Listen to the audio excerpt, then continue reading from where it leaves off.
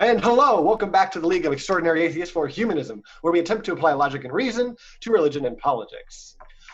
It's not very easy to do, but I have my trusty sidekick here, Christy Santiago. That's me. Hi, everybody. Trusty sidekick. And happy Friday. And happy Friday, yes. And happy Friday. And we also have our sexy babe behind the curtain, Nacho Witness. Our Lord and Savior. Yes. So, I think we have a full night ahead of us. We do. We have the Dumb-ocratic Debates to cover. So, I love part 4. That was clever. I liked that. Thank the babe behind the curtain. We're smarter than we look. And then we have we're gonna talk a little bit about Iran, however you want to say it. I just couldn't decide how I wanted to say it. I said it both ways. That's how I make decisions. Don't judge me. And then 3, we'll be talking about death and grieving as an atheist. So if you want to hear what that's all about, let's just stay tuned. Or if you want to ask any questions or participate in that conversation, make sure that you at one of us, and we will definitely include you, because this is new for me this year, having deaths in our family and in our friends, and not having you guys know, an afterlife to kind of, it'll be okay, we'll see them again thing. It's very final. So we'll get to that when we get to that. Yeah. Yes. Yeah. Real quick, before we jump into things, I do want, why don't you go ahead and give everyone your gray update, because it's looking sick right now, like sick in a good way. Crazy. It is so silver. I have, it's hard to tell in this lighting, but oh, there we go. Look at all that silver.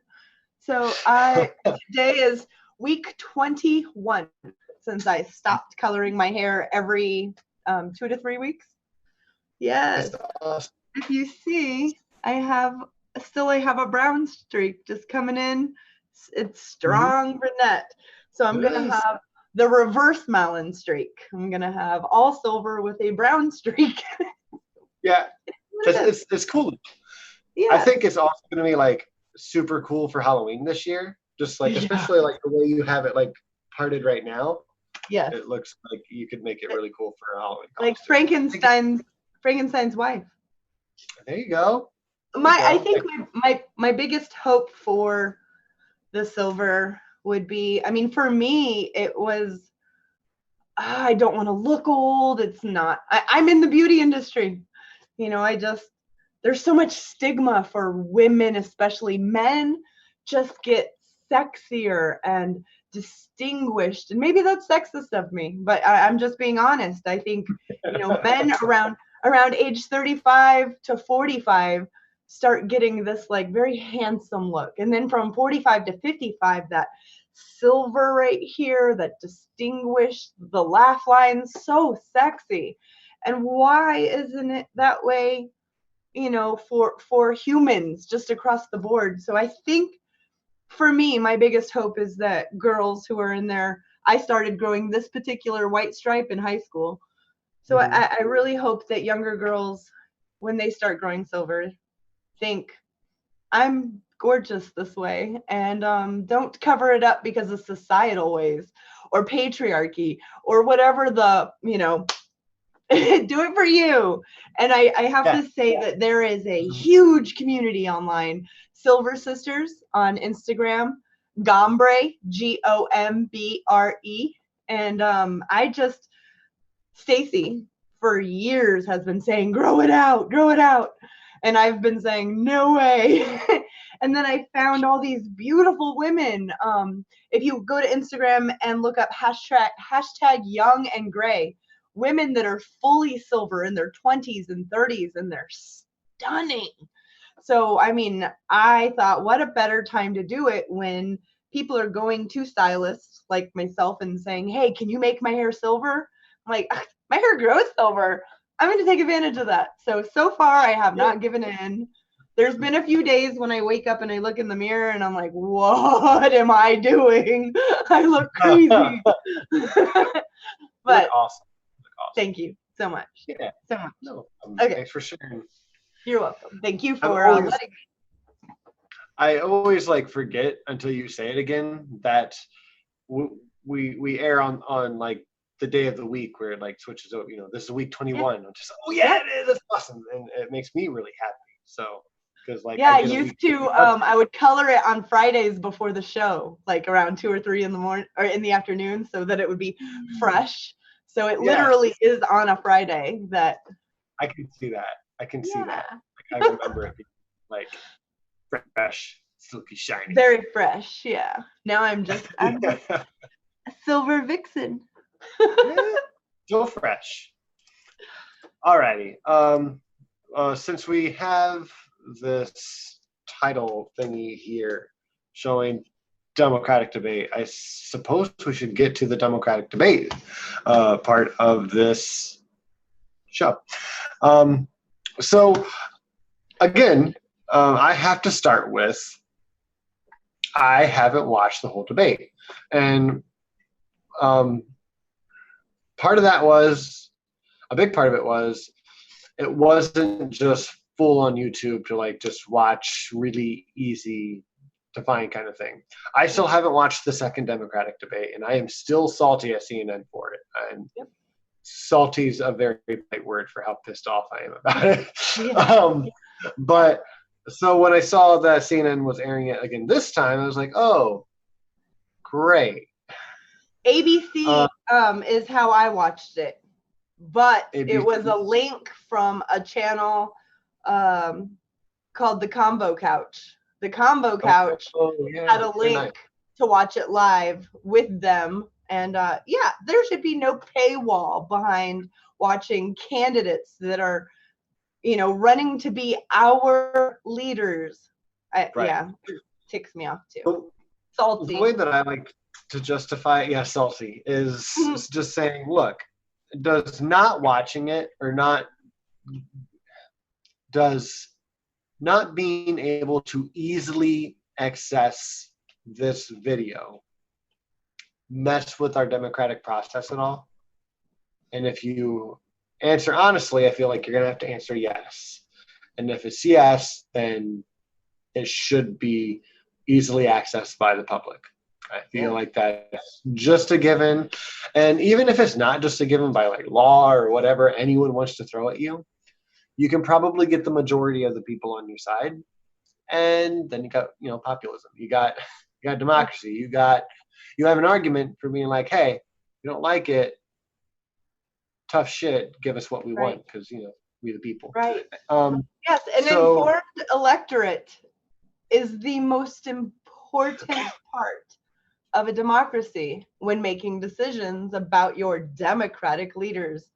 And if we do not have an informed electorate, well, then we also have that same uninformed electorate going out and voting or not voting. And either way is bad. It's really bad. We need every citizen to have all of the information. And I will have a conversation with anybody who is informed, especially if they have completely different ideas and beliefs than me, especially when they have the facts, because then we can have an honest conversation about why we feel the way we do. But for me, someone who likes to be informed and have a conversation with someone who has different beliefs than me, it's almost impossible when their facts don't exist as factual. It's infuriating. Yeah, no, it is.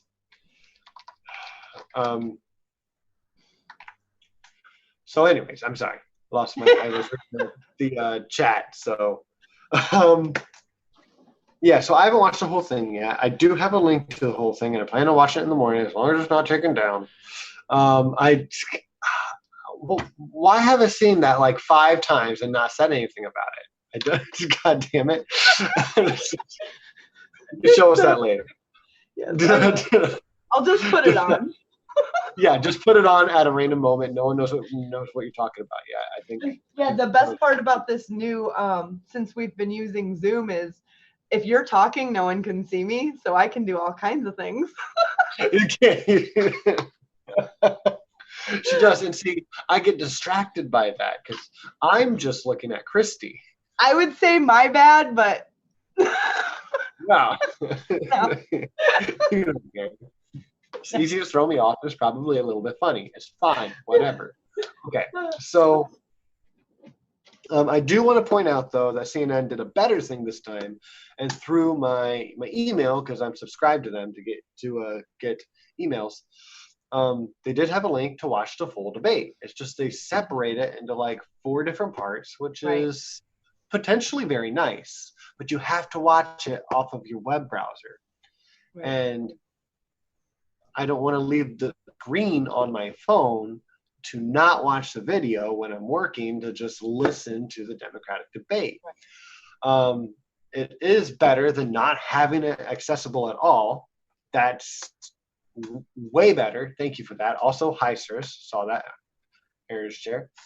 But yeah, it's annoying, but they're moving in the right direction. Just make it more. Just put it on fucking YouTube.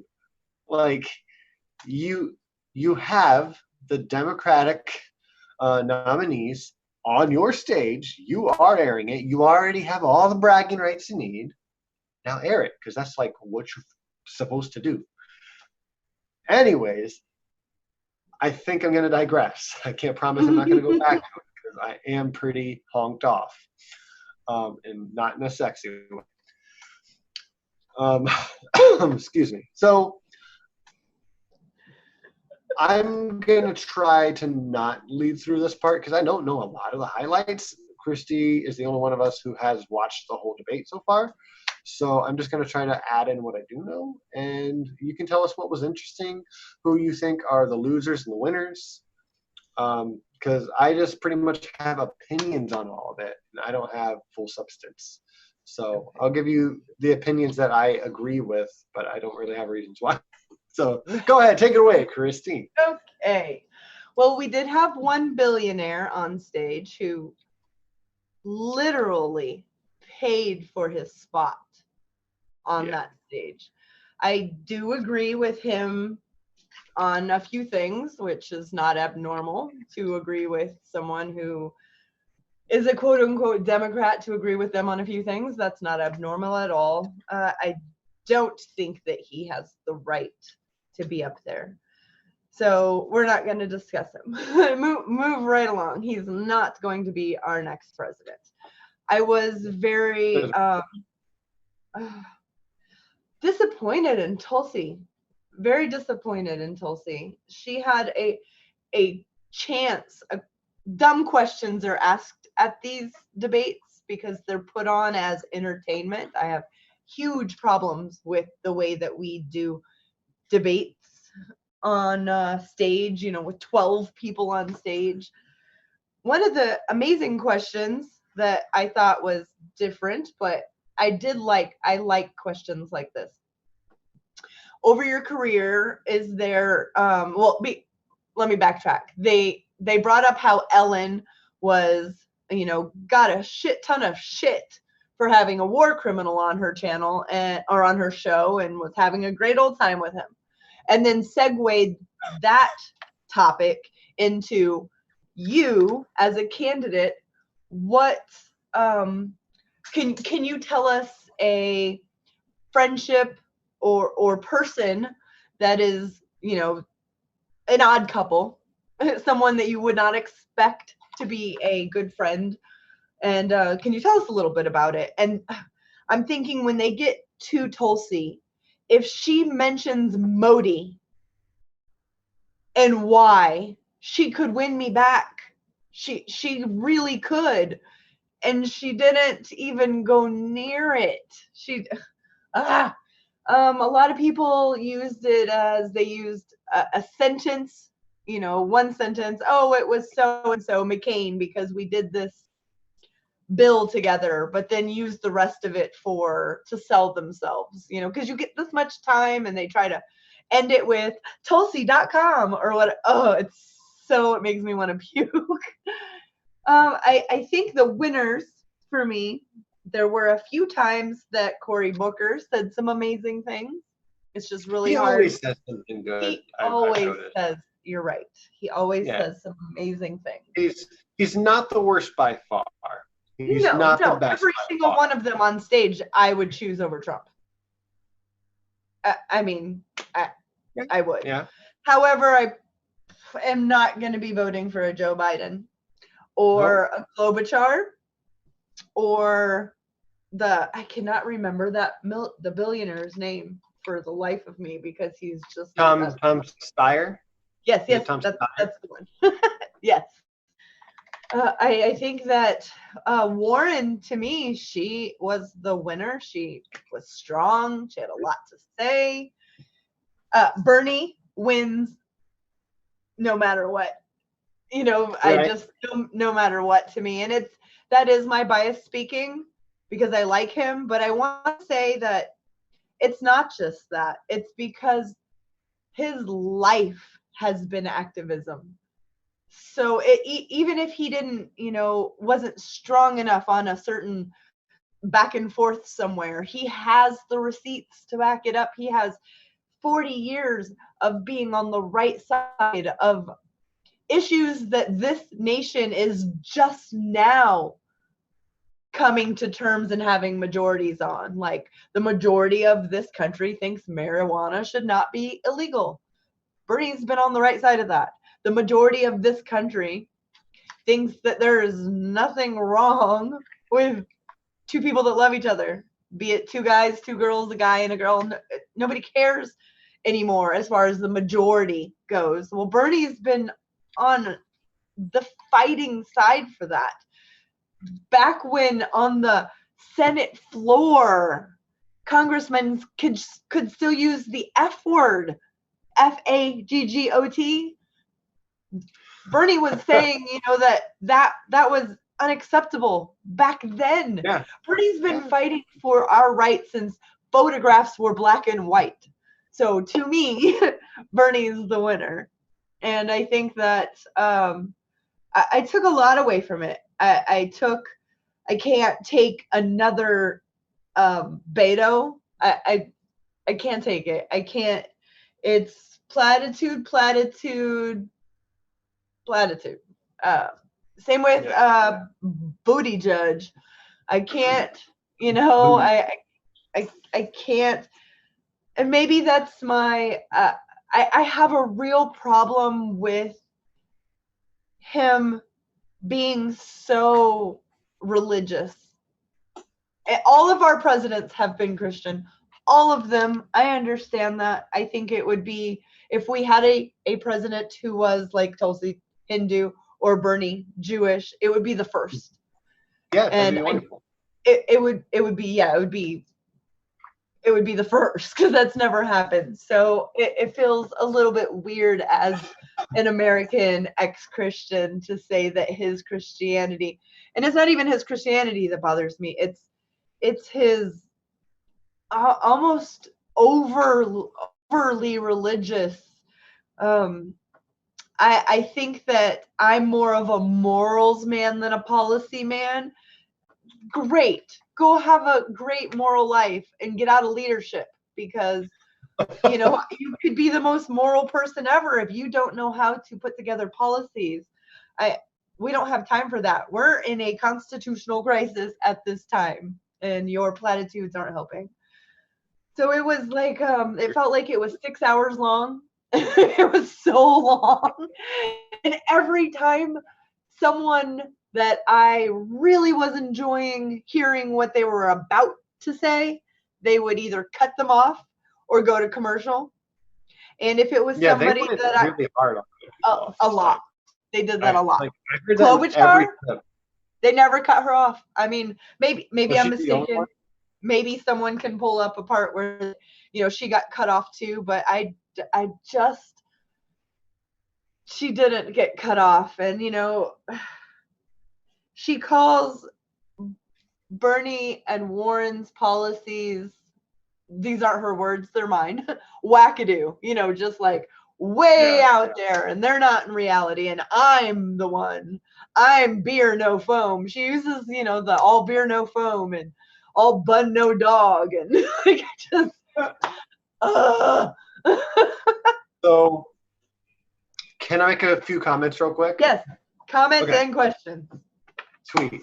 Okay, because I didn't want to cut you off, so I'm just going to say what I was thinking at the time. So you guys go back and figure out where the context goes. You said Beto, you don't want another Beto, and that's fine. All I could think when you were saying his name, Beto, sometimes when I hear him, I just want to think, Beto male? I don't want to be petty.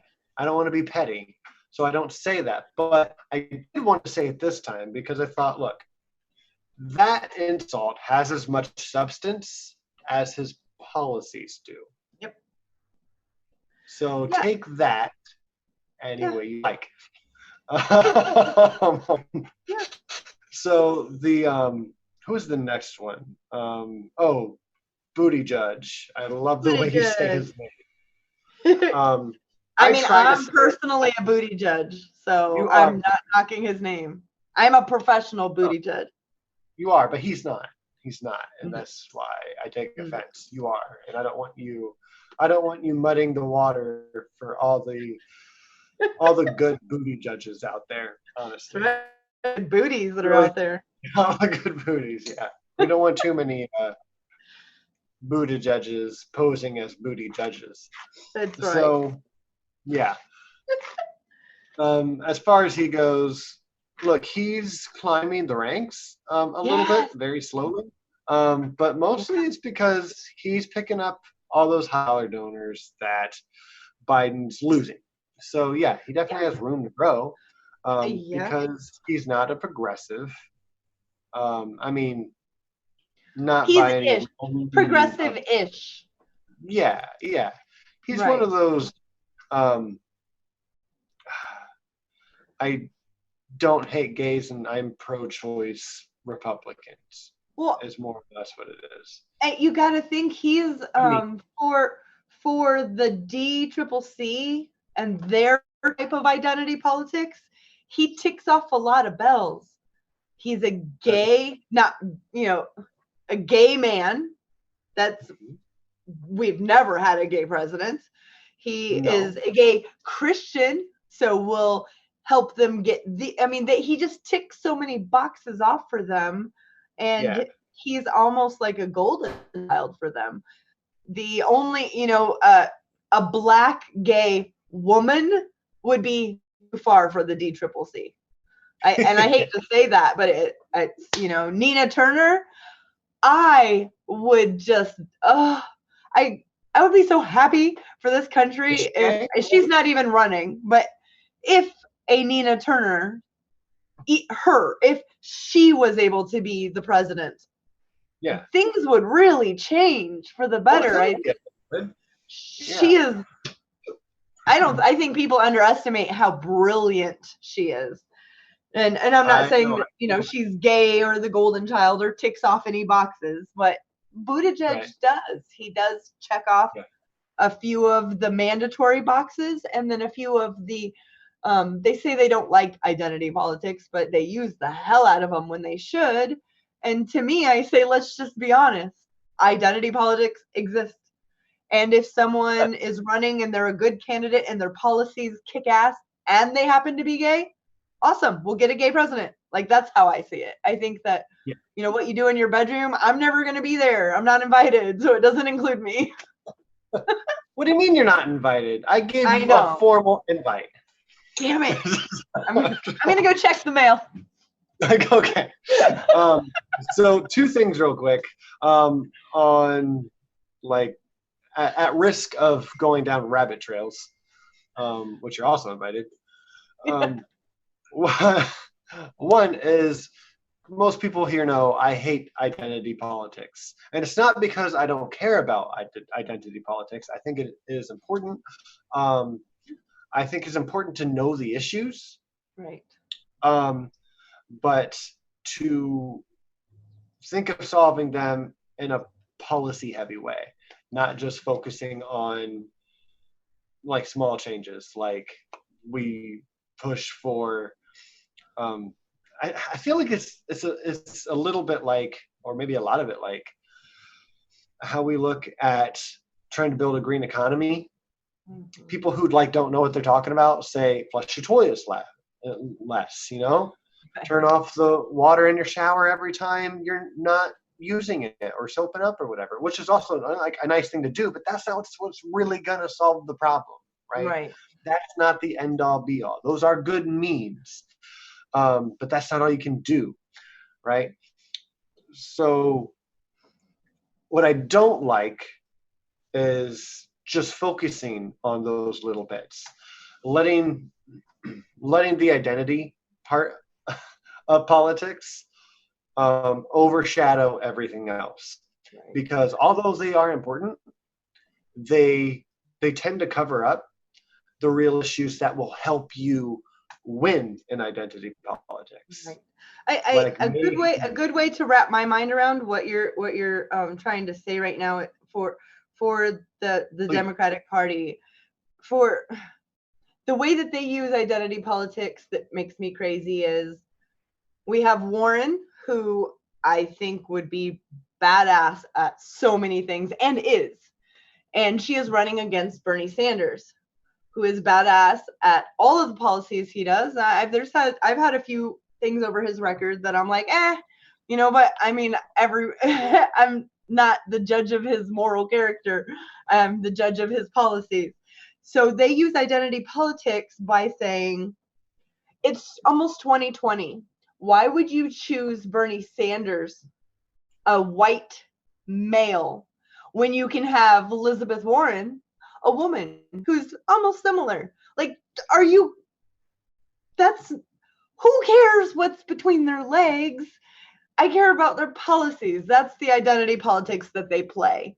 And they use them against good people. Yeah. It's true. Now, I have multiple answers to that, and then I'm going to get to the question in the chat, I promise. Okay. So to answer that question, not that like you need to be told, but for everyone here, is okay, why choose Bernie over Warren just on the identity thing? Right. First answer, because Bernie Sanders literally marched with Martin Luther King Jr. There's one good reason why. I like that. Warren doesn't have that. Doesn't mean she's bad by any means with just that one point. That just means that's a good thing that he's got if we're looking at identity politics. Two, a bad thing against Warren is she didn't come and support the protesters at Standing Rock. No. And it just so happens Bernie did. Bernie did do that. So those two things alone, even if it doesn't matter to you, that should make enough sense to anyone you're talking to, and you can say, hey, even if that's not good enough for you, that is more than enough for me, because those two things are very important to me. So that's why. You can disagree on it, but hey. When Bernie was running Vermont, when he was the leader of his state in Vermont, Yes. He was told that the city council was not happy about the gay parade that was said to be about to happen, and told him that it is not a good look and he needs to stay out of it. You know, you don't have to say you're for it or against it, just stay out of it. Bernie Sanders says, I'm going to lead the parade. And so he led the parade through his city. And at that same time that was happening, Warren was a conservative Republican at that time. Yeah. So, I mean, there are huge differences. And to use identity politics that way, to say if you choose Bernie over Warren, you're sexist, that is identity politics. And that is so beneath where we as humanists need. And don't get me wrong, I think she should be his VP. So yeah, no, absolutely. And that kind of goes into the question in the chat, actually. Did you get to read it? Nope. Give me a second here. It's by Navardia. Navardia.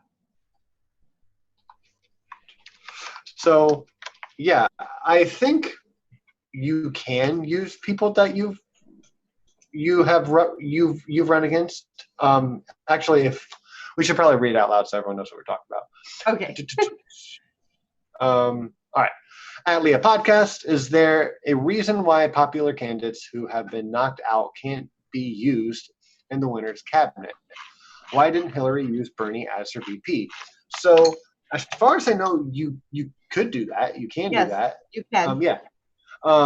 But well, she's neoliberal.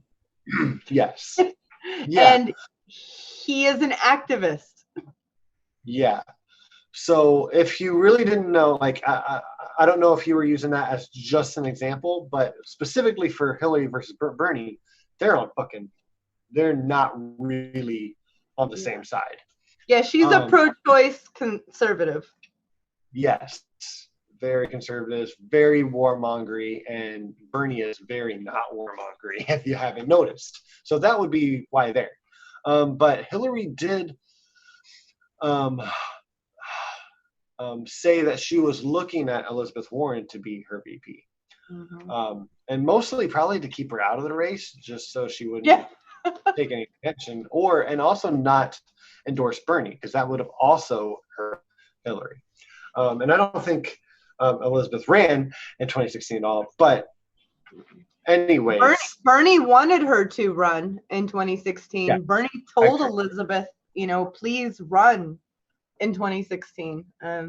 She just wasn't ready yet. Yeah. So to answer your question,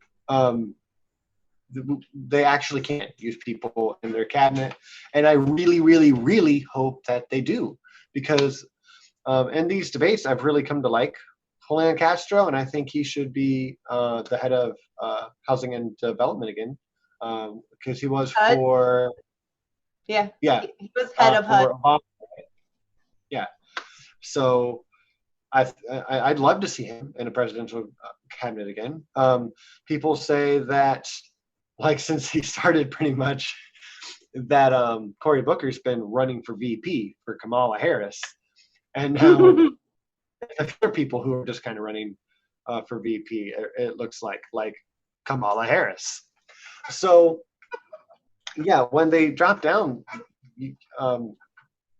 they could definitely do that if the agenda kind of lines up right, and also if the DNC pushes for it enough. Well, hey, Bernie, we really didn't want you to win, but since you did, you really need to make Kamala Harris your VP. They could push for something like that, because then it would potentially raise the black vote for them. They would assume, even though he has more black support than she does, I'm pretty darn sure. Yes. So, Bernie was, leaving college campus to go march with black women, to chain himself between two black women to the front of trucks and buildings to protest. Cops were taking him away in handcuffs back in the day, in black and white photos. And I'm not saying that any of the candidates that are up there right now weren't doing amazing activism as well. I'm not saying that. There is not a whataboutism. I'm only talking about his receipts. His reasoning for doing things, as far as I can tell, and you guys know that I love to research, has always been for the right reasons. It's not, I don't feel that Bernie looks at a problem and says, how can I come out of helping this better?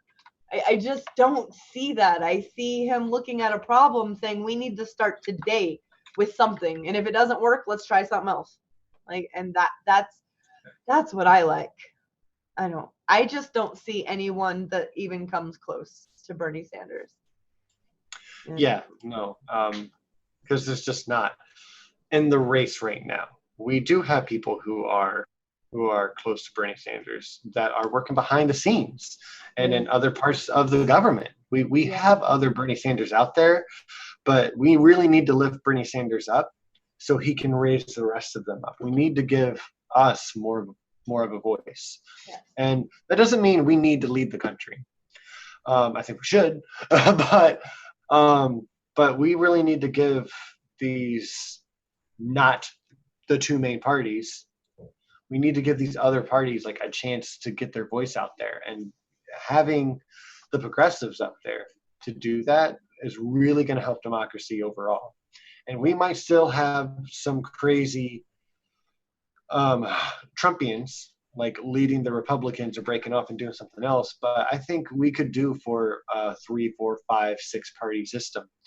Yes. Because we have people, including people and the KKK and shit, that need to be represented. Not because I think their voice like we should do what they want, but because they exist. And that means they're a part of our society and they need to be represented. And that's just how democracy works. I mean, absolutely. I think prisoners should be able to vote. So at no time are you not a citizen. At no time do you lose your citizenship. So, you know, if you're a citizen of a democracy, not just in name, you know, Russia says that they have sovereign democracy. You know, if you're a democracy, a real democracy, then every citizen should have representation. That's why we need an informed electorate. That's why these type of debates, they just get underneath my skin. I was talking to Vibrantly Brant, who's in chat, you know, earlier, asked what I was doing, and I sent him the link to the debate, and I don't know how far he got through it, but at one point I got a message saying, I can't do it. It's commercially, it's, you know, they start getting into policy and it's interesting and you want to hear what their ideas are. And they're like, thank you, Senator. Thank you, Senator. Thank you, Senator. Okay, commercial break. It's so goddamn annoying because it is showboaty. And like Tulsi really pointed that out really well. She pointed out a few good things in the debate. From what I've heard, she did not have her best night, but that's okay. But she looks like beautiful. Bernie might have. Yeah, she did. She looked presidential, and she sounds presidential when she talks. She had even when really I disagree with her. She had really good points on the anti-regime change wars. I mean, really, really good points. I think she was talking to Buttigieg or Beto.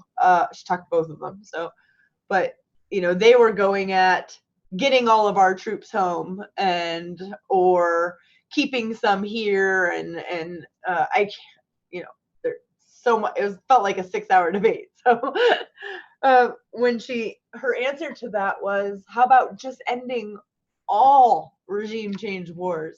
And you know, to use the words, we need to leave military behind to make sure that we keep law and order and safety, and these are all fucked up code words for occupation.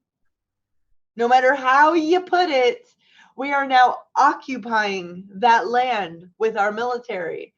And I implore any of you to go look at the military bases online in Japan. The people of Japan protest our military bases every single weekend, that they do not want them there anymore. And, you know, Japan's not a third world nation. They don't want anything bad to happen to Americans. They don't want war. They just don't want to be occupied. And what we signed with them was, we will put our military there, aka occupy, but you're not allowed to have a fighting military. Because of the war that happened how long ago? None of those people are alive anymore. The new people that are there have new ideas, and I think should have autonomy over themselves their democracy. There's a lot going on, and I don't think that the debates that give each candidate 15 seconds to answer complex questions does us any good, and it doesn't help educate us or make any one of the citizens a more informed electorate. It doesn't. No, it doesn't. Mm-hmm. It doesn't. And I know that you said that Japan doesn't want to be occupied, but all I heard is Japan's going to try to take over the free market and steal all our money. So I think we need to bomb them. Yes, absolutely. We need to send some freedom bombs and democracy rockets and. Yeah, you got it. Now you're speaking my language. Yeah. All right. Some capitalism hugs. That's yeah, basically. All right. So, do you have any like super highlights from the night? Because I know Bernie like kind of threw a knockout punch to Joe Biden by pointing out his record and you get shit done like this, that, this. Good for you. Yes. No. The highlight. It really was probably the least exciting of all four so far. Yeah. Well, because they just talk about the same thing over and over, and they get to use the same 15 seconds. Yes. Yes. So. And the questions are, I mean, one of the women on the panel of debate moderators is on record for not only just disliking Bernie, she abhors him. She thinks that he's a wacko, that he is living in la la land, that he's un-American.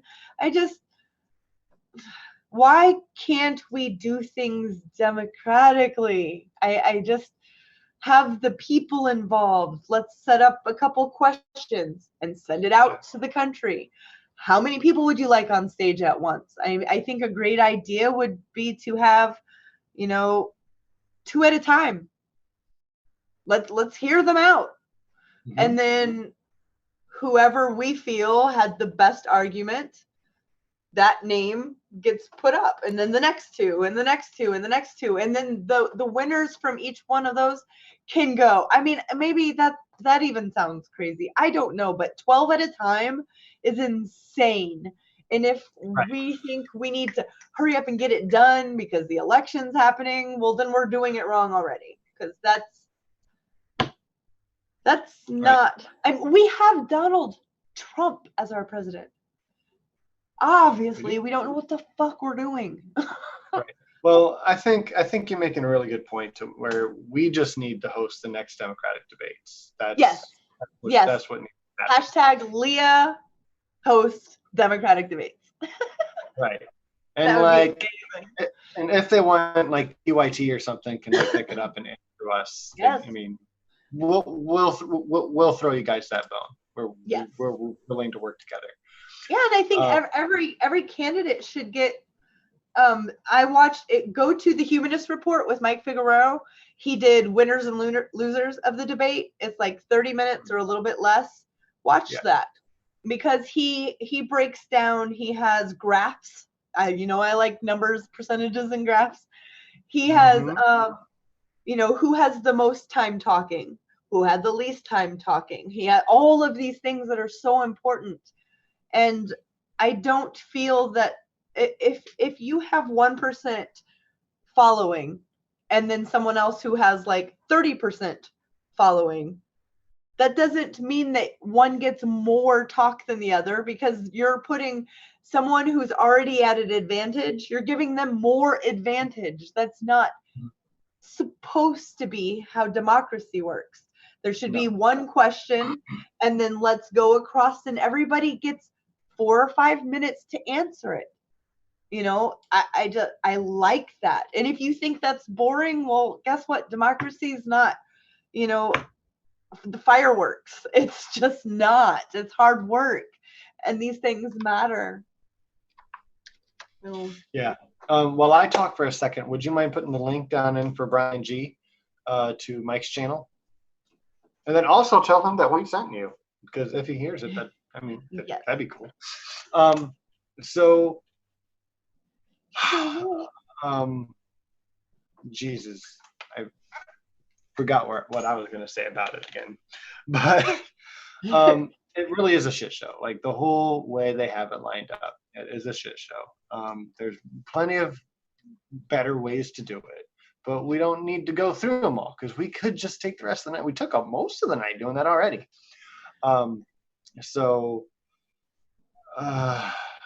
Tulsi Gabbard, I did want to point out, she doesn't look like she's really backing the Medicare for All thing. She's not really backing Bernie's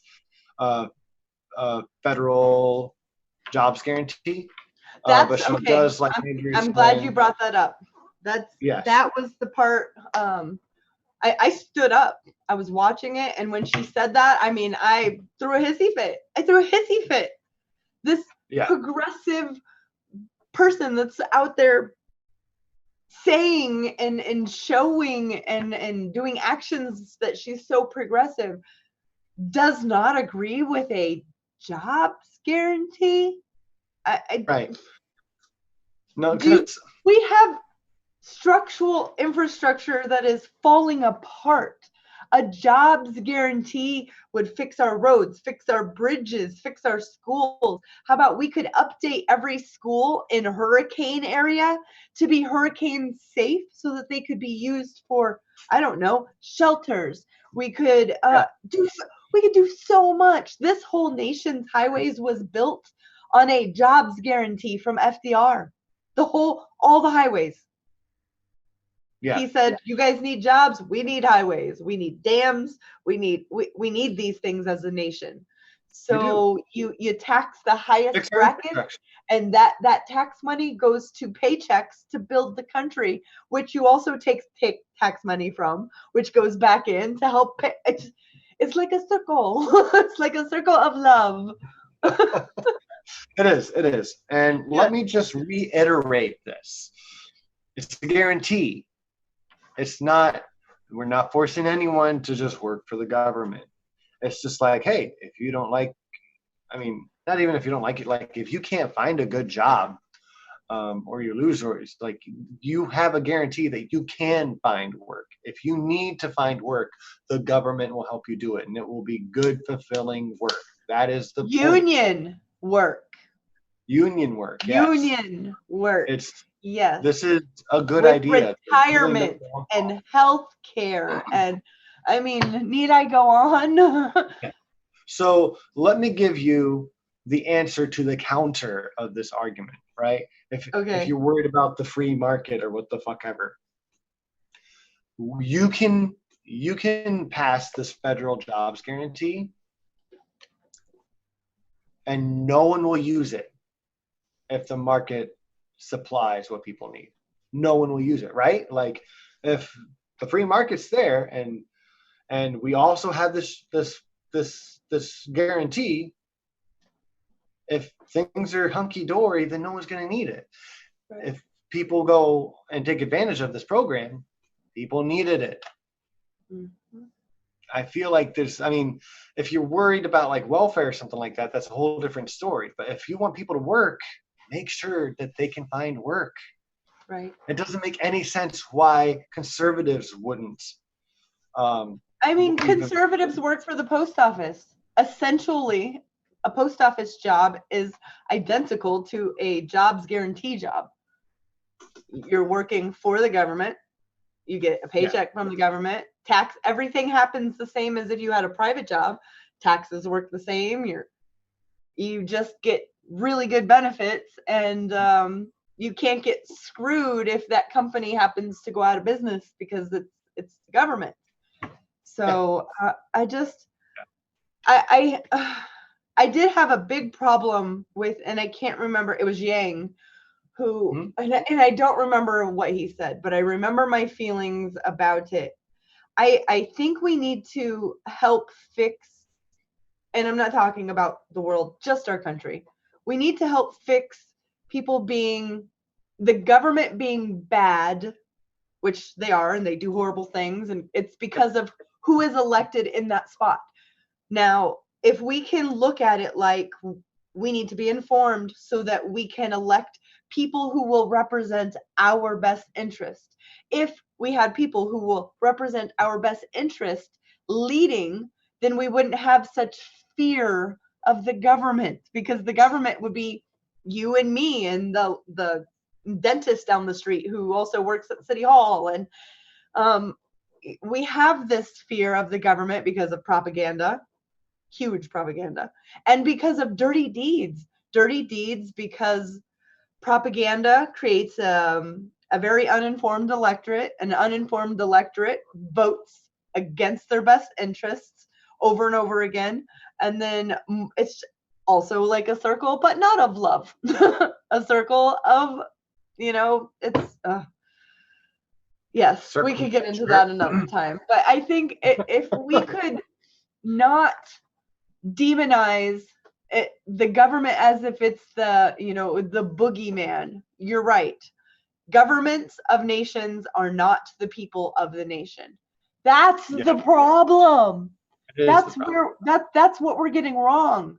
Because the governments of democracies should and need to be the people, not two different things where there's, I don't hate Saudi Arabians, but I do hate their government.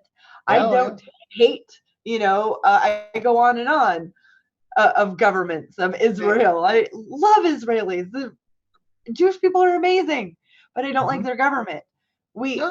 And like I said, to not focus on the world, we cannot fix that right now. But if we could start spreading to people, get involved, because if we are involved and we are helping being the leaders, well, then it's not the evil government, it's us, and we might have did something wrong, but we can fix it because we're accessible, we're involved.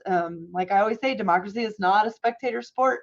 And if you're sitting at home, being a keyboard warrior, all pissed off at everything, but you don't get out and do anything about it, then it's always going to be the government versus us. And I don't see any way of fixing it in the next couple of years, but I also can't see not trying to start fixing it right now so that it could be fixed. That's all wonderfully said. It's all good points. One thing I want to read from the chat real quick, because Nacho also pointed it out. You want to know what we thought of it, but I think I mostly just agree with it. RB said, I think it was Eisenhower who started the interstate highway system. Yes. Designed for a rapid deployment of mass quantities of weapons and troops. Yes. And NASA was 50-50 military Cold War crap and common good. And Hitler scientists. Hitler scientists as well. Throw in a dash of Hitler. And I just want to say, we have a really diverse country. Yes. So I'm not a Nazi apologist. I'm just saying, as American as it gets, having a little bit of everything. Yes. Some really good stuff and some really bad stuff. We got to own it all. We just have to, because we've done it. So and we can't heal from it unless we acknowledge that our forebears did this.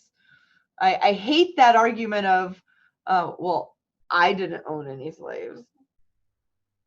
I hate that. I didn't either. That doesn't mean that the injustices that were done weren't wrong. I didn't help in the Trail of Tears and genocide many different tribes of the millions of people that already lived here when white settlers got here. I don't like that argument. I just don't, because it did happen. And because it happened, we can watch throughout history how people have been treated and how that leaves them, and I don't like that also. Well, they have that victim, and so they're always the victim. they were the victim. I'm not saying that Yeah. they should keep being the victim, but by telling them you need to stop being a victim and get the chip off your shoulder doesn't help. What helps is saying, you know what, you're right. And it would suck to have that be in my family, and my great grandmother have these horrible memories of being taken away from her parents and re-educated and not allowed to even pray in a country where freedom of religion, Native Americans weren't even allowed to do their religion, to pray until 1978 and 79 in this country. Yeah. In many cases, they weren't allowed to even speak their native tongue. Yes. We're not allowed. Or have braids, like using or your have left long hand. hair. Yep. Huh? Or have braids. Right. Or have long hair. Yep. And that's our lifetime. I was born in 76. That's I think that we have a lot of healing to do, and the way that we start that healing is not by having, almost Hunger Games entertainment like debates. I have a real big problem with the way we do debates. Yeah. And like everything we talk about on this show, this is a multifaceted, complex topic, because all of these issues that we want to hear more of on the debate stage bleed into all these other issues that we just bled into. It's so easy to go down these rabbit trails because there's so much wrong with the entire system right now. And again, I know for a big handful of the people watching right now, you guys disagree with us. We are kind of preaching to the choir a little bit. But, I mean, isn't it obvious? I feel like it's obvious. And we need to point that out just a little more often. And then we, again, need to try to focus on the issues of like, what's going to help? Who can we elect that will make positive change? What policies can we implement to make positive change? Because it's going to be, we want a trickle up economy, right? That's what we've said before. Big time. I don't think that I'm a tree hugging lefty. I mean, as lefty and tree hugging as they come. But I also agree that very, very religious conservatives in the Midwest, their say is just as important as mine. And I feel that if I were to be in a kitchen with a woman who had those ideas in her head, and we had just had dinner and we're doing dishes together, we would be fine. We have way more in common than we have that's different in our ideas. And I feel that a huge bridge between someone who believes that there is, a magic guy in the sky, and that abortion is wrong, and that marriage should only between a man and a woman, and all of the conservative ideas. The big difference between the Americans, not the politicians and the government, the Americans who believe like that, and the Americans who think and believe like me, is education. That is the biggest. I can't even explain how big that is. I think that if we were to fight for everyone getting the same education, and I'm not saying indoctrination at all. I'm saying this is what the world collectively knows about this topic. Here are the things that we can source. Here are the citations, and this is what we know about it. Here are the things that people have said, but we have nothing to back it up. Let's talk about it. I think that would help a lot too. And doing podcasts like this does help, because even if just one person hears a little bit and says, I wonder what parts I've heard and believe that there's nothing to back it up. Probably a lot. I found that out the hard way. Every time I learn something new, I learn that there's so much I don't know. Yeah. So. Yeah. Agree. Again, I agree. Okay, I want to move on, but I do want to read something from the live chat real quick. One, because I feel like this is a little bit of an important back and forth. And Brian G is a little bit newer in the chat. I haven't seen him much before. So he said in the live chat here, the problem is that the government is not held accountable for actions like normal people, such as you and I. That's what sets the everyday people apart from the government. And that's right. And also like the super wealthy, apart from everyday not super wealthy people. So my response to that, I want to read real quick, is at Brian G. I said, this is one of the top problems. Top five probably. But my issue with it is, well, you can't fix that without fixing our voting system, and you can't fix that without fixing money in politics, because that fucks with how we run elections at all, and you can't fix that, etc. Right. But those, like, these top 5 issues that we could probably pick out, maybe the top 10, you can't fix one. You can't fix one at all. You have to fix 2 or 3 at a time. Like, you just have to. There's no way to pass a bill, I think, singularly without passing something to support it, because we need a whole system, like, restart, reboot. And it's sad and it sucks. And Christy put down below, hashtag wolfpack.com, money out of politics. I also want to say, oh shoot, what's it called, with Jennifer Lawrence helping spearhead it? Unrig. Hashtag unrig the system. So yeah, there's movements to overthrow these problems with better legislation. Legislation that comes from proper education, and that's huge. There are still, they're not in circulation in public schools. However, any one of us, I did this past like a week and a half ago, go online and look up 1957 history textbook in Georgia, history textbook in Mississippi, name one, pick one, have fun with it. It will, I mean, it says slaves were happy to be here.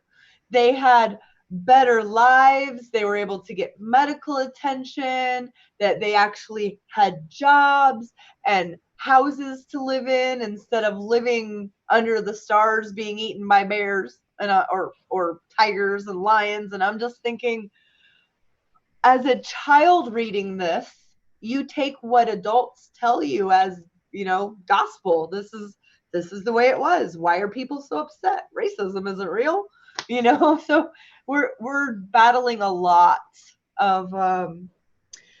I think that this right here, having the sum of man's knowledge at our fingertips, screwed up a lot of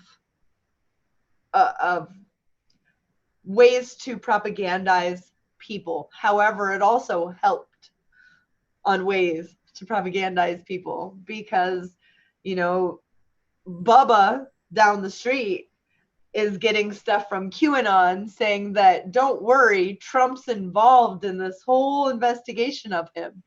It's it's fake so that we can find out Hillary's stuff.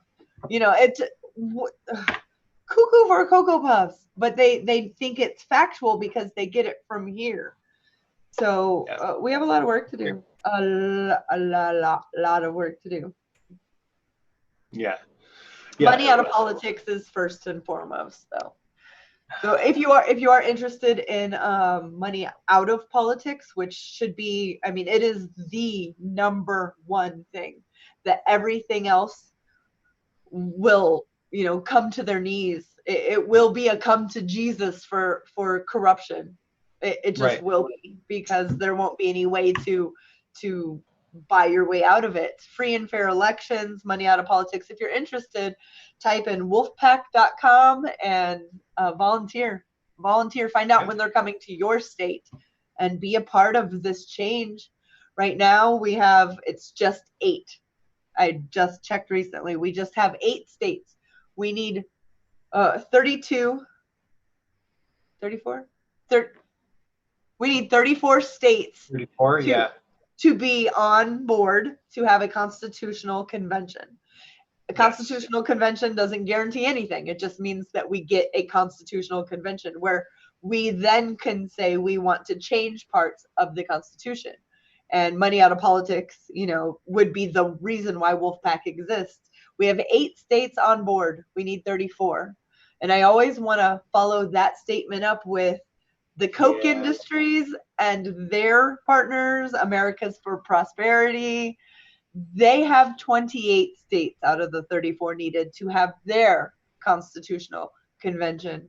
And they want to change many things. One of the big things they want to change about our Constitution is the part where senators are appointed, not elected. So I'll just let that sink in. Yep. Yeah. We don't even need to talk about it. We just need to think about it. Okay. Yeah. All that said, I think we need to end that part. Let's move to Iran. Yes, and I'm going to try to keep this within 5 minutes because I don't have a whole lot, but also just say what's going on down the street, basically. Yeah. Okay. So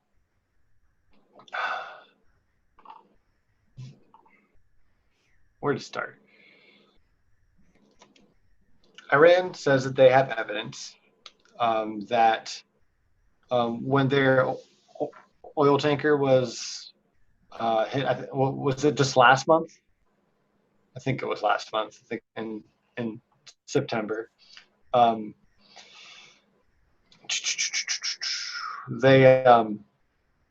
They've done an investigation on what happened to their oil tanker, and it looks like to them, they said they have evidence that this was a how was this said? A state-sponsored action by the Saudi Arabia and Israel regimes.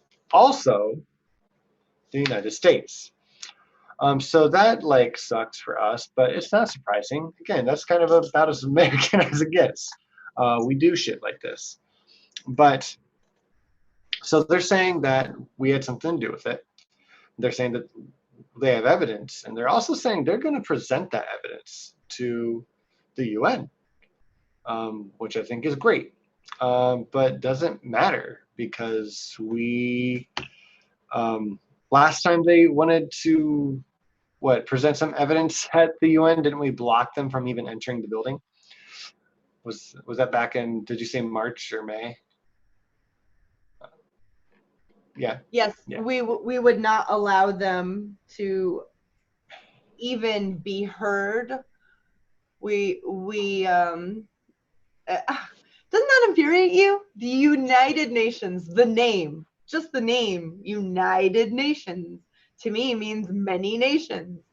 Right. Many nations, and if a country says, hey, you United Nations, I have evidence to show you that one of the nations in your United Nations is doing something wrong. Well, to me, I would want to see it. If 5 kids came over running to me and said one of them did this and I have this evidence, I'd want to see it before I praise a child or punish a child. Right. We have veto over that. Think about that, guys.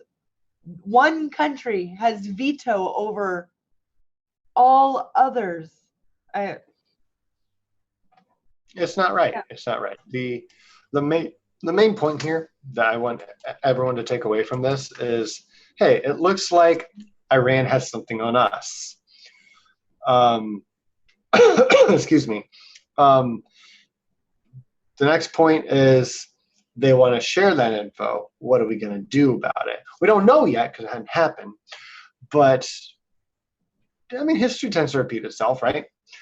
3, and I guess just the things I want you to like pay attention to is I heard that when we talked about this at all over on our news media, the pictures that we showed were grainy and they were black and white, and some were like sky views, like, hey, look, the tanker looks fine. What are they even talking about? Iran's just making shit up again. But if you look, actually, I'll just go ahead and share my screen because it's the easiest way to do this. Screen that. Don't pay attention to Christy, guys. There we go. Okay. Can you guys see me? You can see me. You can see these photos here. Does that whole look like nothing to you? Is it black and white? That's weird that America can't show colored pictures in 2019. That's strange, isn't it? Yeah. Like, that alone, to me, just shows we're being dishonest in some way or another. And as Ryan from the last American Vagabond pointed out, maybe all of this is a lie. Right? Maybe they're making this up. Maybe they attacked their own tanker, what the fuck ever. But I think we need to see both sides. Like, whether you agree or not about the Maduro government in Venezuela, you need to hear both sides of the argument. And that's just not what we're getting here. We need to hear both sides for Iran, for everything. So I wanted to make sure that we showed the pictures here. And so you guys know, I'm going to put that. That was from a tweet from Reza Kashted. I can't say that. I'm so sorry. Yeah. But let me put that in the chat real quick so you guys have the link for yourself. But yeah, so I just wanted to show those photos because it's important to show you what the world is seeing and what we're seeing, because we don't want that accountability. Right. Especially when a finger's being pointed at us. That's, I mean, think about people in a country that know nothing about the USA. I know that doesn't exist. Let's imagine that it does. And all they're hearing is that the American regime is locking children in cages. The American regime is funding ISIS over here, and they're funding Al Qaeda over here. All of these things that I just mentioned are facts.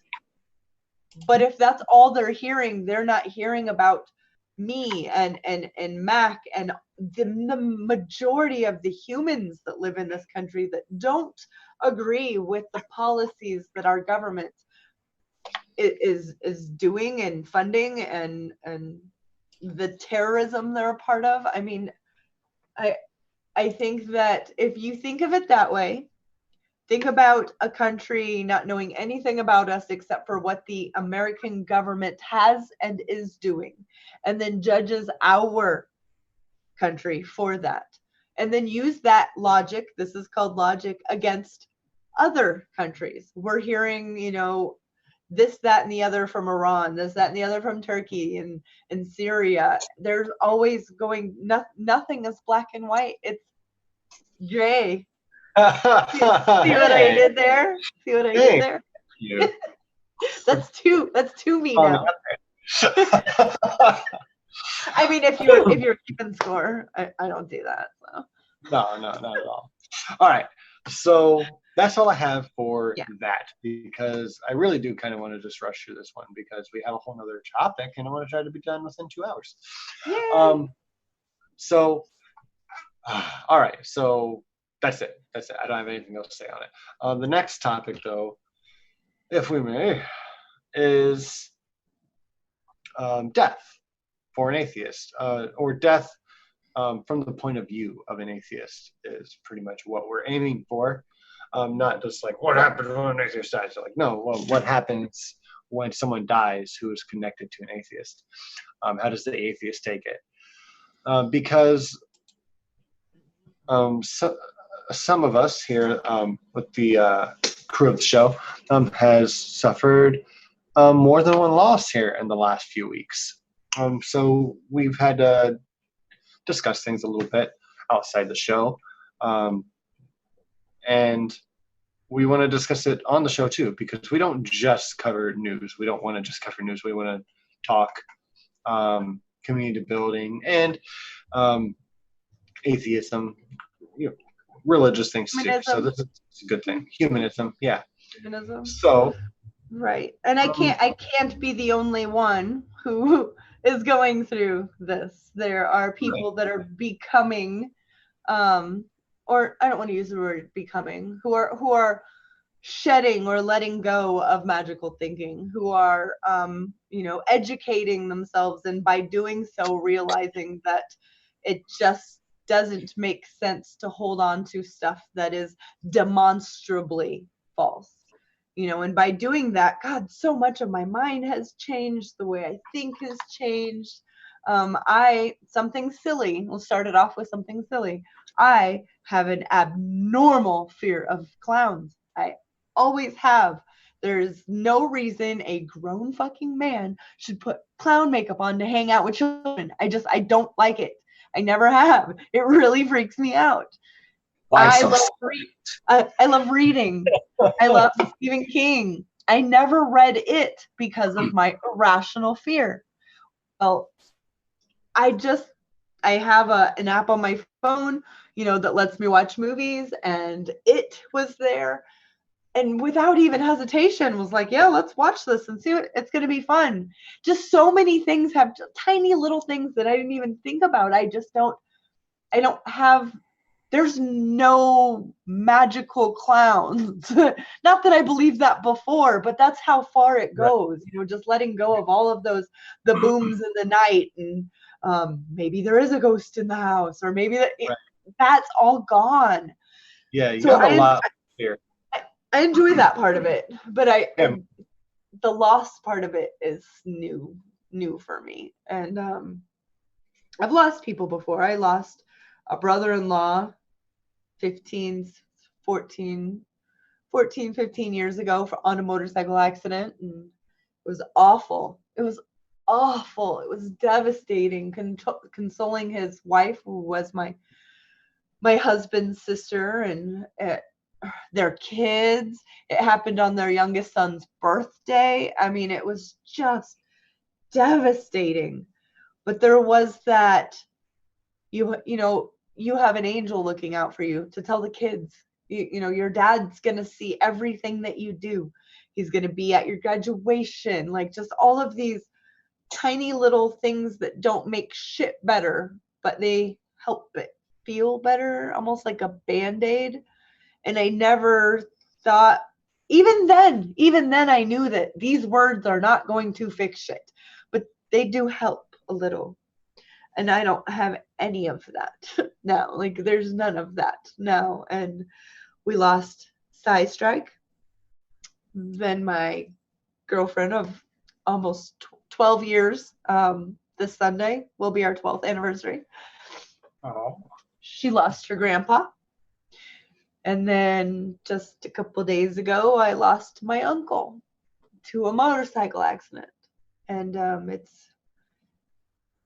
they're gone. That's it. It's different. Yeah. I don't want to say it's harder. I mean, it's just, I would talk to my brother-in-law after he passed. I would talk to him randomly, knowing he heard me. Hey, Roy, this happened today. I knew that you'd think it would be funny. And I wouldn't even fool myself with that now. And I guess those little things that we do to fool ourselves that we believe they're like a little magic Band-Aid. And it's different. It's different. I know Nacha lost someone recently, and I know that he's feeling that. Him and I haven't even had a conversation like that, but how could he not? It's finite. It's done. They're not here anymore. Right. It's I don't know if it's harder to deal with that way. Because death's hard for anyone to deal with, right? Because you don't see that person for the rest of your life here on earth, whether you think this is the last life you get at. Either way. So it's hard for you, even if you believe you're going to see him again. Right? So I really can't say. I think it's probably a person to person kind of thing. It depends. Definitely. But yeah, because it depends on what your picture of hell and heaven is as well. Right.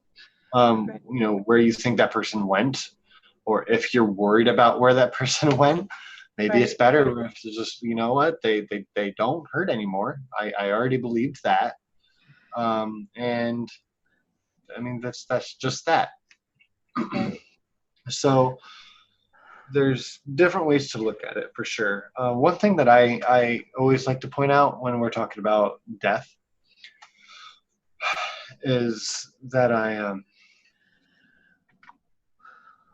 like Christy said, it's finite. It is just done, and that is difficult to wrap your mind around. But I mean, if you were raised thinking otherwise, it's difficult to wrap your mind around sometimes. At the same time, it's easy because that's obvious. It's obvious. It's the obvious thing that we doubt the whole time.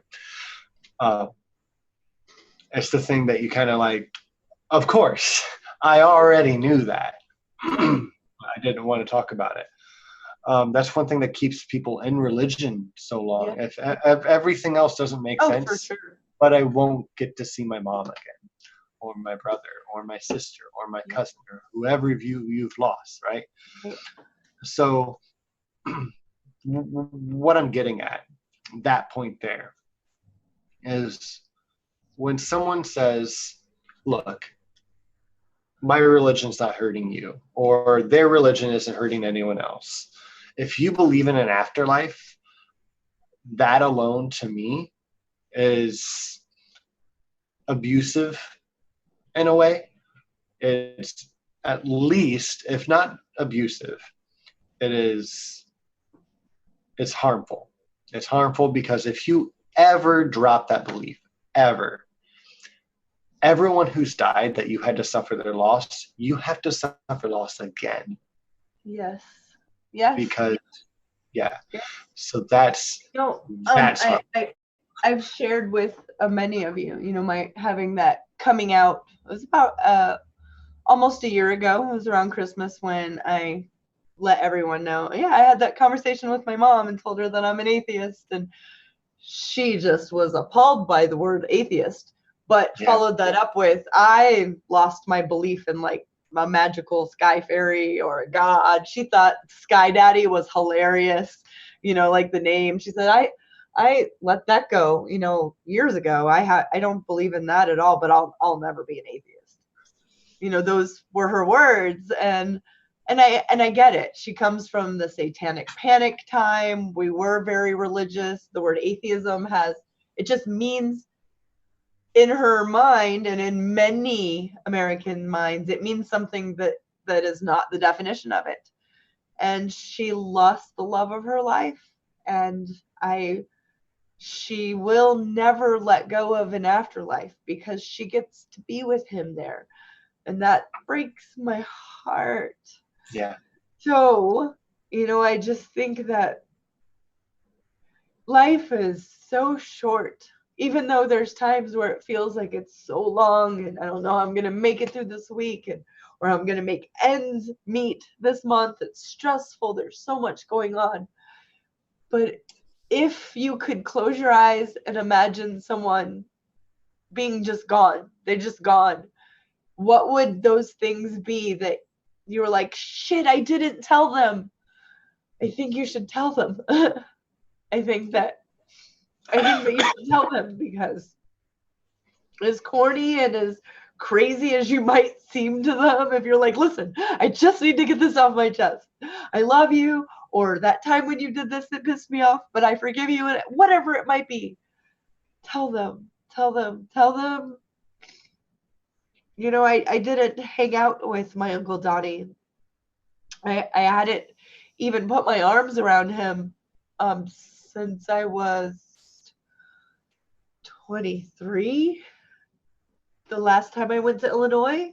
And when I lived with, I was born to a young mom. She was 15, turned 16 a week after she had me. But I lived with her in her mom's house. So my Uncle Donnie, who I just lost, was, 8 when I was born. He was like my older brother for the first long time of my life. I don't have a lot of clear memories of that time because I was so young, but the ones I have are amazing. When you put a kid on your feet, you fly them in the air, when you're laying on your back and you flip them over, or you teach them to climb up you and flip over, and like all of that's from him. I remember all of that from him, and I don't know. I really wish I would have told him that every time I did that to my kids, it was because how much fun it was that he did it to me, I don't know. Grieving is so different now. There is they'll be there later. They're watching me. They see everything I do, which is kind of fucking creepy in a little way. I don't want them to see everything I do. I know. As somebody who has grasped the reality that I live in and felt like I got this grasping thing, it's been almost 2 years since I came out as saying, I don't believe this stuff. There's nothing to back it up. Let's see what else I can learn. It's been in 2 years, and it's been so many great things, but this one really hurt. And then Stacy, her losing her grandpa, she had to go to a funeral at a Southern Baptist church. And she were many times she would call me, and I just had to walk away because I can't. She hasn't come out to her mom as an atheist. Her mom tells her, I'm on my 3rd time reading the Bible, or on their vacation there, I didn't get a chance to read my Bible the whole time I've been here. And at a funeral would not be the best time to tell your mom anyway. That's right. Not the correct time to say, oh, by the way, we're here and you're sad. But I don't believe in any of this shit. It's just not the right time. It was really hard for Stacy too. It was, people coming up and hugging her, and he's watching over you now, and your grandma will always have an angel. And that, I think that even hurts worse. I think that to someone who doesn't believe in it, you just want to be like, right in the throat, like, shut up, and I'm not violent. Yeah. No. That anger is real. I mean, it comes from a real place. It has a reason for being there, because no one likes being lied to. And sometimes even worse, you hate people around you being lied to. Right. And that's what it feels like. For any Christians who decide to go back and watch this video later on, because I know there's nothing in here now. Right. And like, we're talking about this not just so we can vent about it, but just because this is a learning experience for any newer atheist. It's important to talk about because it's sad and it's hard. Yes, like it is for anyone else. If you know an atheist and you still believe and you hear this right now, hear this. Don't tell them that you will see them again. Don't rub their back and tell them that, it is not over, that it is worse. I promise you it's worse. And the service she had to go to was full of, it's Southern Baptist. So if any of you guys know about, the hell and damnation, the grandpa who passed was an ex-pastor. He used to be, he wasn't anymore. But they brought up as long as he was living the right way, he'll be in heaven. As long as he did all these things, you'll get to see him again. And as long, his love is sitting right here mourning for him. And it is a learning experience, this life. Right. But this especially is, I have no advice for anyone. I don't know how to do this. I know that my grandmother just lost her youngest child. That's never supposed to happen. No. And she does think that she's going to see him again. She's beside herself with grief because, she knows he can hear her when she talks. So she talks to him, and that just breaks my heart. Yeah. One of the things that goes along with that is when not only one of the pastor or the minister at the funeral says, as long as they were living the right way, they're going to heaven, they'll be happy and fine or whatever, and they'll watch over you. It's also the flip side of it is, as long as you live the right way and you live under God's word. And oh yeah, there was lots of that. Yeah, there's that. That's yep. When they're talking to the person who is left and broken and so sad, and you tell them these lies that are, hey, as long as you live this way and praise Jesus, and who's the person who died again? As long as you praise Jesus, that's the only thing that matters, and that's the only way you're ever going to see again. Because if not, well, you're going to go to hell, and they'll be so sad that you didn't make it there. Yep. So come waste your time with us. And it's a lot of bullshit. It just sounds like lies. And that's why there are so many angry atheists. So, being told that, when a family member like a mom tells their child who's an adult, I'm praying for your soul so that I don't have to spend eternity without you. I get it. This is something they believe, and so they're trying to help save their child. But at the same time, that part's hard for me, because as an adult for myself, I did a seeking. I went out to seek if what I believed had any merit. And not everybody does that or has the luxury to do that. Somebody who's telling, my partner's mother told her they're on her third or fourth round of reading the Bible. If the first way through didn't make you go, wait a minute. Oh, wait a minute. No. I don't know how, unless you think the whole thing is not literal, obviously. It's, allegories and poems. And that's the only way to round that square to me, is if none of it's literal. It's all just like the Bible is basic instructions before leaving Earth. That's what I used to say as a Christian, is what the Bible meant. And I did. So as absurd as that sounds coming out of my mouth now, it is something I said and believed, because I did read the parts that I read, and there was no way I could square that circle or circle that square. The peg didn't fit. So it had to be, man's mistake. We mistranslated it. We got it wrong. I never once thought to use logic, like, well, wouldn't an all-powerful, all-knowing creator make sure that didn't happen? You know, come on. It's all part of a test. It's all part of a bigger plan. This life doesn't matter. Right. Yeah, we hear all that stuff. But so what I want to share my thoughts here is, okay, so what do you do then? What do you do as an atheist going to a funeral or a showing or anything there, or just talking to someone that you're sharing memories with?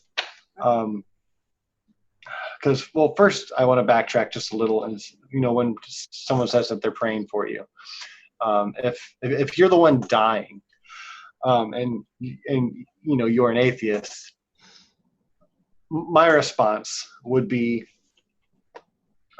that's cool, that's fine. Actually, don't. I'd rather you play Cards Against Humanity with me, or fucking euchre, and I don't play euchre, or do something. Try and make memories for them, or vice versa. Make them for you, right? Because that's what you're left with, is the memories, and the memories that they made with someone else. So I think it's important to go to funerals and showings, even though they're uncomfortable for everyone, and probably more uncomfortable for the minority atheist who's there. So when you're there, you don't need to get in arguments, because you're not going to help anyone. Not them. No. But not the right place. Right. I've always looked at funerals, and more so since I've become an atheist, as the last chance to go and just celebrate that person's life in a meaningful kind of public way. You just go. I always want, if I knew the person at all, I want to go up and speak. If they have anyone up, if they ever ask, does anyone else have anything they'd like to say? I don't even let them get to that. I usually ask the pastor something like, hey, can I go up and say something? Because as much as it makes you feel inside, even if you weren't very close to them, I have never seen no one in the room appreciate you going up and sharing a memory of someone that they just lost. They appreciate it. Someone in the room is going to fucking need that. So do that. And also try to pay attention and soak it in when someone else is sharing. And then when things are all said and done and you're going to get food, things usually lighten up because they're talking about good memories. Then find someone, share memories, get some. Because that's what you need. That's what they need. We all need to feel like they're still there. Yes. And there's little pieces of them in our memories, right? There's nothing spiritual about it. It's just if you miss someone, bathe in those memories that are there all at one time, because you only get that last time. So endure the religious bullshit if you have to. And indulge yourself in that way. And I can use an experience that we all just kind of that's very recent. Think about, Psy-Strike. I just read from Beelzebub. Funerals are for the living, that they are for the living. I don't think I let me rephrase this. I know that Psy-Strike's family loved him, all the wonderful things we knew about him. They knew more, but they had no idea how loved he was from people that were not his immediate family. And by all of these crazy atheists, agnostics, and believers coming out of the woodwork to say something, some memory they have of him, or just that he made them laugh every Friday night, really made a difference and helped them think, wow, we had this amazing uncle or amazing brother or amazing son, or not that they didn't already know that, but I think that's what I'm going to try to make sure is the focal point of, a funeral from my atheist experiences. it's for the living. It's the family that lost somebody, and even though it is my family that lost somebody that should not have lost anybody, the people that are going to show up to talk about my Uncle Donnie and, you know, the ways that he made them laugh, I hope is so many that I hope that gives, I don't call my grandma. I couldn't say granny. I had an older cousin named Joy, and she called her granny. And since I was littler, I couldn't say nanny. That's what I call her, and I still call her nanny today. Yeah. So I think that alone is going to swell my nanny's heart. It's going to, nothing can make, no parent should have to bury their child. That is against everything and you know, everything natural. It's just not supposed to be that way. But I do hope that for Sai's family, you know, that we had a stream here just because we wanted to. We wanted this, you know, hey, we just lost this amazing person. Can we all just get together and maybe talk about it? And that led to us meeting his niece, who had no idea. And, you know, so yeah, funerals are for the living. It's going to be really hard for me. I have my nanny's phone number sitting right there. And I'm supposed to call her and talk to her, and I'm scared. Yeah, all I can say is that's human of you, right? And trying to handle it in the most courageous way, and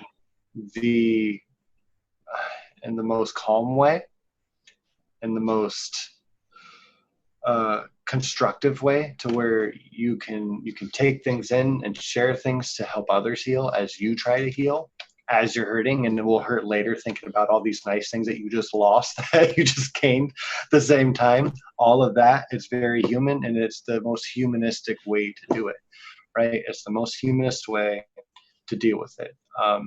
Just trying, because you might fail, you might just cry the whole time. That's still human, that's still fine. Just do your best and realize it's hard for everyone. So don't feel bad if you have to break down during it, and don't feel bad when you're super angry at the religious gathering that tends to take place there. Well, I do know that my mom is one of 8 children.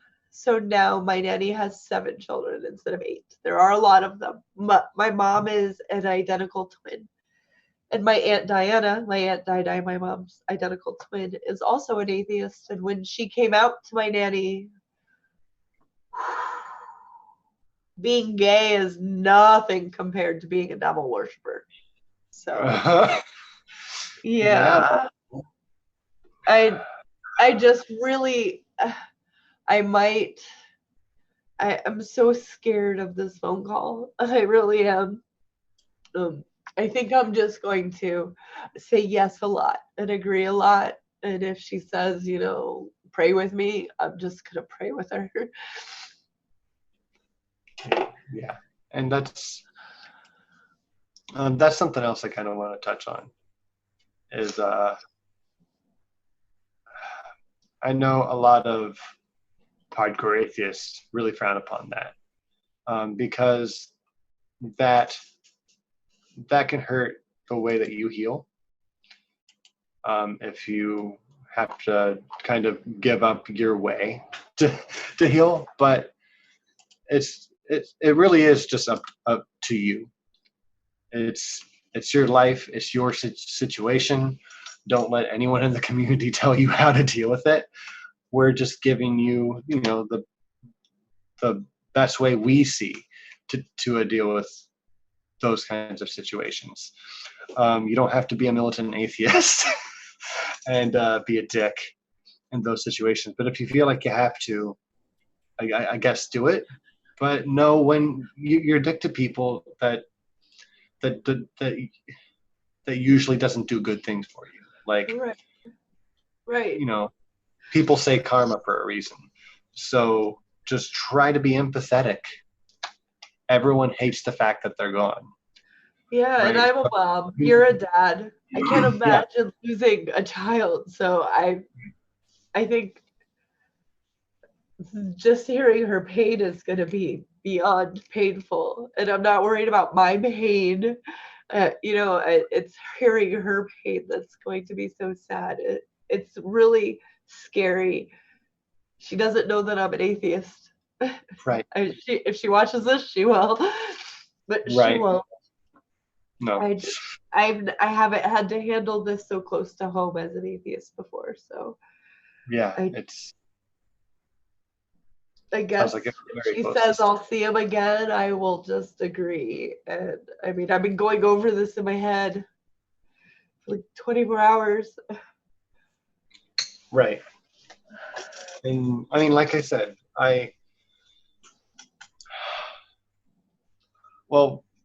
Vibrantly Brantley put something in the chat that I highlighted, but I think it's gone. All right, here it is. I wanted to read that, and it pertains to what we're talking about right now. Is he said in the live chat, I've already let my loved ones know if I pass away to have whatever type of service helps them get through their grief the best and is most comforting.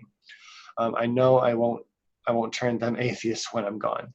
And that's a really, really, really good point. And again, to each their own. That's, for me, that's completely fine, but that's not what I want to do. I've been through one close funeral like that, and God, it made me angry. God, it made me angry. And I said, I want a secular funeral. I don't want that said at my funeral, because I don't want anyone thinking that I stood for that in any way whatsoever. Right. So I mean, you can still, if you want, you can make a statement, but also you don't want to hurt people at your funeral any more than they are already hurt. Like a few people in the chat said, and like Christy said, funerals are for the living. But also, again, just the way I look at it is, this is a funeral to remember you. So if you want them to remember you in a certain way, try to coordinate it the best way you can in a constructive, non-damaging way. Right? So. Yes. So I guess a good tip, like I just said 5 minutes ago, I don't have any advice. I really don't, but I just figured out some real quick. If you are an atheist and you really feel adamantly that you do not want Jeebus or Lorts or anything like that coming up, hell and damnation, if you pass, maybe put that in writing as a living person before, and hand it to somebody who would be able to make sure that doesn't happen, because I don't want any of that at all. I don't want a preacher telling people that, if they do right, they'll see me again, because hopefully I did right, so I'm at the right place. And on about hell and damnation and why it's so important to do the right thing so that you see your loved ones again, I think is just so cruel to do to a grieving family. Yeah. I just do. It's Absolutely. been, I'm 43. I just turned 43 this past Sunday. And I guess that it's the age when your friends and your family start to go. He was 52, so that's not expected. I mean, Sai was young, and I don't know. Like I said, we don't know. We don't know when. So say whatever, if Even if it's corny, if you're in the middle of the day and something makes you think of someone, tell them, hey, I saw this, made me think of you. You know, it might be the last time you ever talk to them. Yeah. And no, thanks for letting me vent tonight, because I'm so anxious about this calling my grandmother my nanny. So anxious. And I know she's waiting for me to call. I've been told she's waiting for me to call. Yeah. Yeah. Yeah. Just, if anyone has has been through this and had to call a religious loved one that's lost someone and has any advice, I'm the only advice I have from myself to myself is to just do nodding and agree and hugs and tell her I love her and that whatever she needs, and listen. But if she starts asking me questions, I don't know what I'm going to do, because I don't want to lie to her. But then I'm like, is it the right time? Maybe I should lie to her because it's not the right time to tell her the truth. But that doesn't sound right either. No, I mean, I just want to say, just be honest, but sometimes that doesn't help, right? We all lie sometimes, but yeah. Again, I think what you've thought of already is a fine enough idea, and if that's what makes you feel comfortable, that's what you should do, because it's hard enough to do already. So Right. Be honest, it's going to help you, and don't be honest, that's not going to help you. So that's the best advice I can give you, is just, I guess, do what you feel like is best in the moment. Try not to think about it too much, because it's just it's going to add stress until it's over.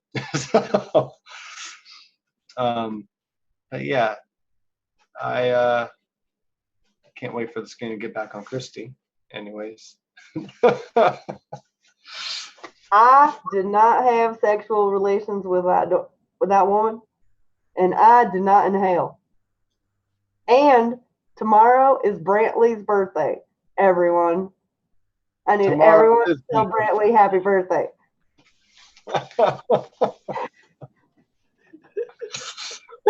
Yes, let's switch over to community news then.